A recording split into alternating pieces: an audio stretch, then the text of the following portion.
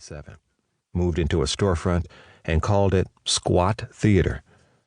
The group's performances erased the line between theater and reality by means that could confuse and shock even hardcore off-Broadway regulars who lived to not be surprised.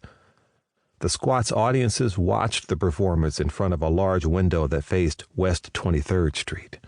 From there, they could witness what seemed to be kidnappings, gangland shootouts, fires, and riotous behavior on the street, and they sometimes panicked when it spilled into the theater. It's no surprise that the Sun Ra Arkestra appeared in that theater on occasion. But the Arkestra was scary in a different way. White people had never seen black performers in such assertive, unpredictable roles, even though some of their performances, marching through the audience, the vocal call and response between the leader and the band, and musical battles among singers and musicians, had deep roots in church services and in earlier jazz. But black people, too, could find the band frightening, and even some of the orchestra's musicians feared what might be coming next. Not everyone got into the spirit of these space rituals. Some black musicians thought Ra was conning white people into taking him seriously. Others thought he was tomming, playing to whites' stereotypes. Closet high modernist jazz critics, like Nat Hentoff and Martin Williams, dismissed Ra's music as amateurish and his interviews as naive and embarrassing. But then bebop had embarrassed a lot of musicians, as did Dizzy Gillespie's introduction of Afro-Cuban drumming into bebop in the late 1940s, and the rule-changing appearance of free jazz in the 1960s.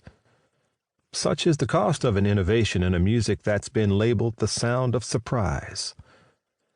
After seeing a number of the orchestra's performances, I felt an urge to write a biography of Sun Ra. He and I were both raised in Birmingham, Alabama, and had lived there at the same time. Years later, we were living a short distance away from each other in Philadelphia. If I didn't write it, I thought no one else would. That was slim grounds for writing a biography, I'll admit.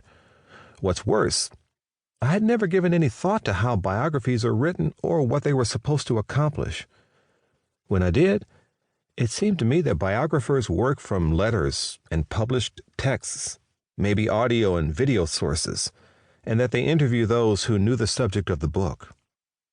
Timelines are constructed, events described, quotes inserted, and hopefully some order would come out of it all. If that was correct, Sun Ra was a bad choice for a beginning biographer. He denied being born. He actually abhorred the words birth and death. Said he and dates didn't get along, disallowed any earthly origins, and in fact rejected being human. Interviews with Ra were notorious for his evasiveness about details, as well as his use of the occasions to lecture the world about its evils. He also made it clear that jazz was a disguise for his message. His timeline, or timeless line, stretched between ancient Egypt, Alabama, Chicago, New York, Philadelphia, and Saturn. Writing a biography under the best of circumstances is a chastening experience.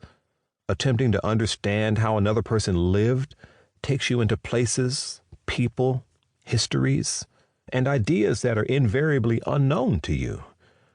What you thought you knew comes into question. Beyond the gossip, the press releases, the media quick takes, biographers, like anthropologists, find themselves in unfamiliar terrain. I think I was trying to rationalize my way into writing about someone who refused to be situated in a life by reminding myself that writing or reading about a life is never the way a life is lived. In real life, memory is fallible. Some things are forgotten, others remembered and given undue emphasis. Something said one day is different the next. What appears to be patterned, reliable, and inevitable in a biography is actually far sketchier and uncomfortably closer to fiction. A biography of Sun Ra would put all of this to the test.